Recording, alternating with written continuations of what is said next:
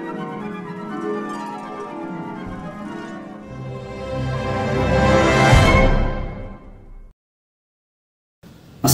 আলাইকুম প্রিয় দেশবাসী। আমি প্রথমেই শ্রদ্ধার সাথে স্মরণ করতে চাই আমাদের সেই ত্যাগী ছাত্রছাত্রী ভাই বোনদের, যাদের জীবন দিয়ে এই দেশ স্বাধীন হয়েছে।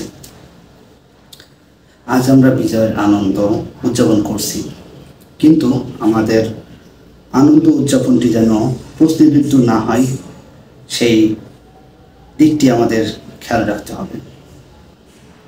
আপনারা দেখেছেন যে বিজয় উদযাপনের নামে কিছু মানুষ ফুটপাতে মেতে উঠেছে,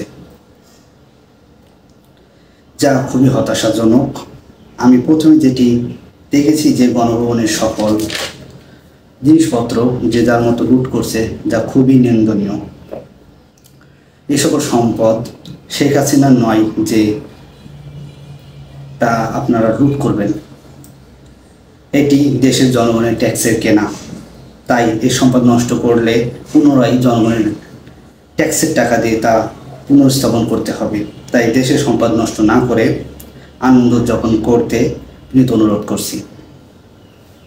এছাড়াও দেশের কিছু ব্যবসা প্রতিষ্ঠানের সম্পদ লুট করা হচ্ছে, যা খুবই ঘৃণিত কাজ।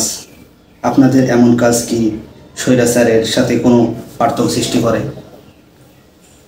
তাই আসুন আমরা বিজয়কে প্রশ্নবিদ্ধ না করে সকলে শান্ত থেকে দেশকে সামনের দিকে এগিয়ে নিয়ে যাই, নিজের বিবেককে জলাঞ্জলি না দিই।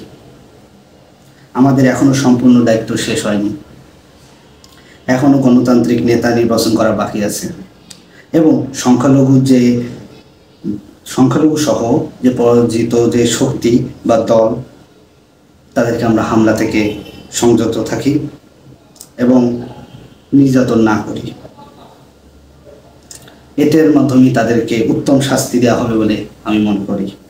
তবে হ্যাঁ, আমাদের ভাই বোনকে নির্বিচারে যারা হত্যা করেছে, যারা আদেশ দিয়েছে, যারা বিপক্ষে ছিল, তাদেরকে অবশ্যই আইনের আওতায় নিয়ে আসা হবে এবং বিচার করা হবে।